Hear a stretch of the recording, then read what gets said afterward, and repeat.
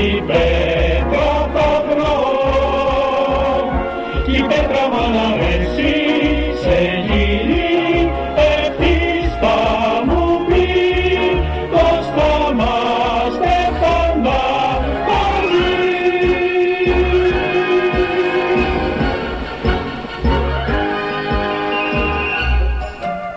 Χιούβι, βρήκες βότσαλο για την καλή σου? Ξέρεις, εγώ όχι δηλαδή. Τώρα και πάντα σαν τα άλλα πουλιά, γλυκιά αγκαλιά και φιλιά,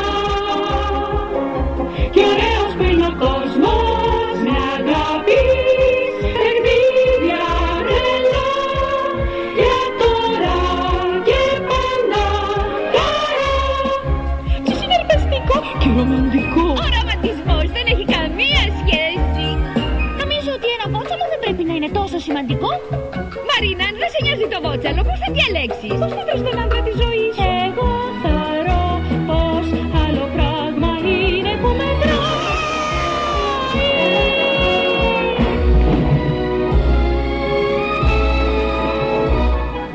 Σαν έχει κάποιος καρδιά αληθινή, κι ας είναι η πέτρα στραβή, αυτός θα είναι για μένα για πάντα μια αγάπη σωστή, θα του είμαι για πάντα πιστή.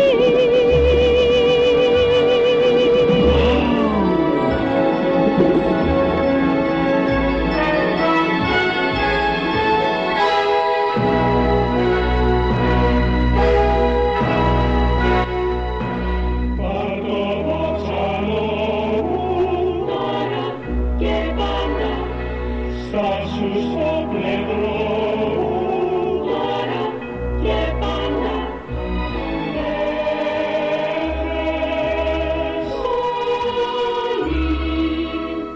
μαζί θα ζούμε πάντα και πέρα τα 40 τώρα παλιά ενωμένοι, χρόνια ευτυχισμένοι, τώρα δυο ζευγάρωμένοι, τώρα μια καρδά δεμένοι.